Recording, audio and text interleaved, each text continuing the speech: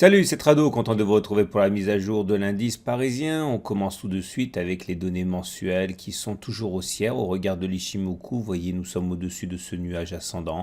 Nous sommes également guidés toujours par ce canal ascendant et nous sommes également dans une situation où les retours sur les moyennes mobiles, la moyenne mobile à 20 mois fait l'objet de rebonds. Donc il n'y a pas de doute à avoir pour l'instant. La tendance n'est certainement pas baissière, mais nous sommes toujours en train de payer le contact contre la résistance ici en rouge. Chaque fois que l'on s'en approche, on subit un tir de barrage.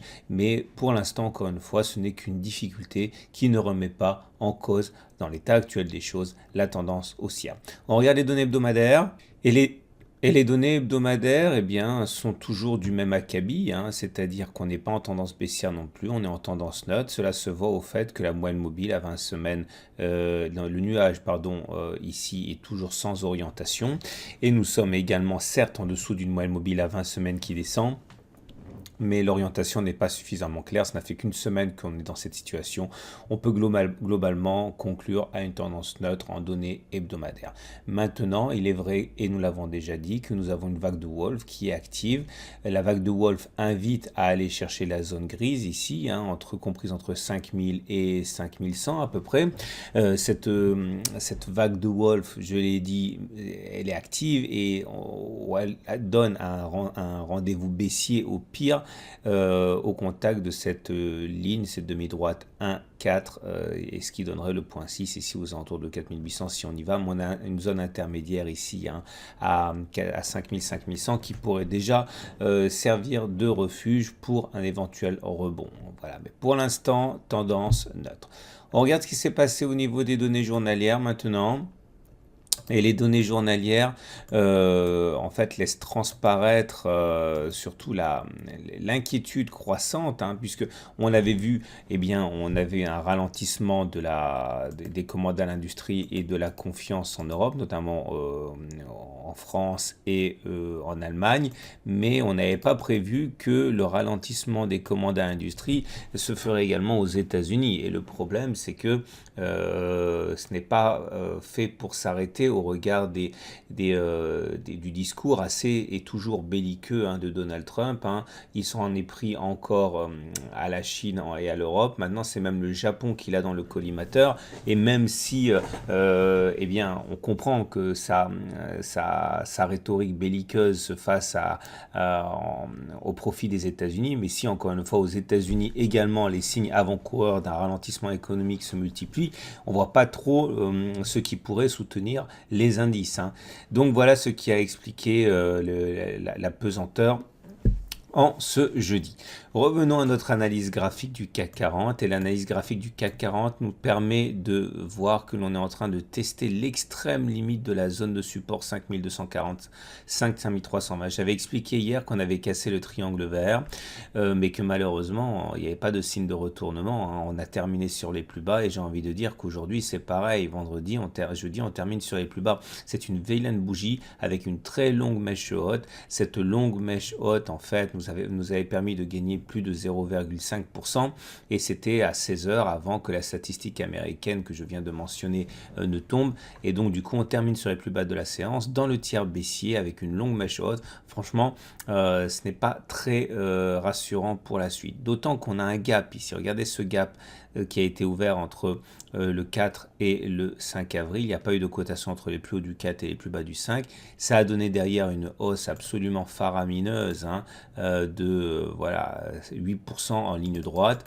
Et ce gap, maintenant, c'est un petit peu comme un trou noir, les gaps. C'est-à-dire que tant qu'on est loin, on n'est pas forcément attiré, mais plus on se rapproche, plus il est difficile de résister à l'attraction du gap. Et c'est vrai que aller combler le gap, au moins aller tenter de le tenter, ça va être quelque chose qui va être sur les tablettes de tous les traders.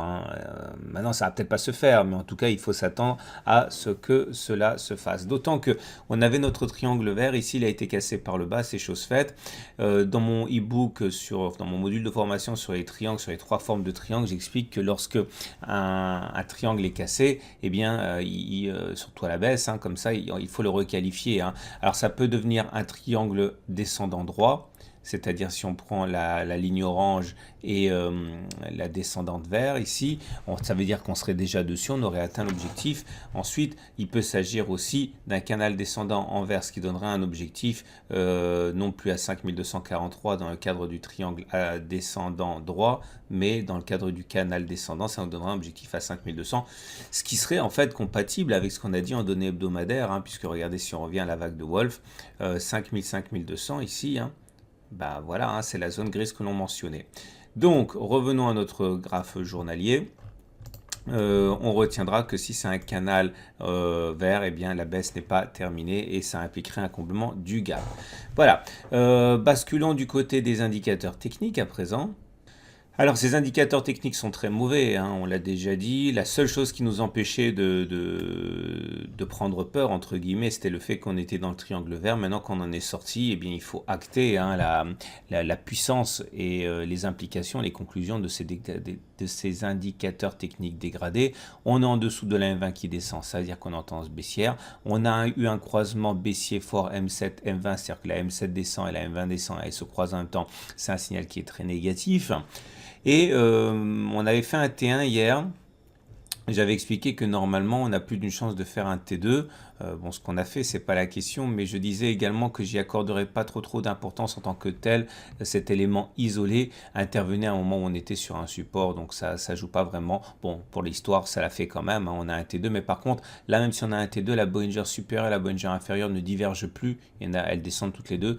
Donc, la statistique sur laquelle on aurait plus d'une chance sûre de faire un T3 ne fonctionne pas, puisque, vous l'avez dit, enfin, on l'a dit, les Bollinger ne divergent plus.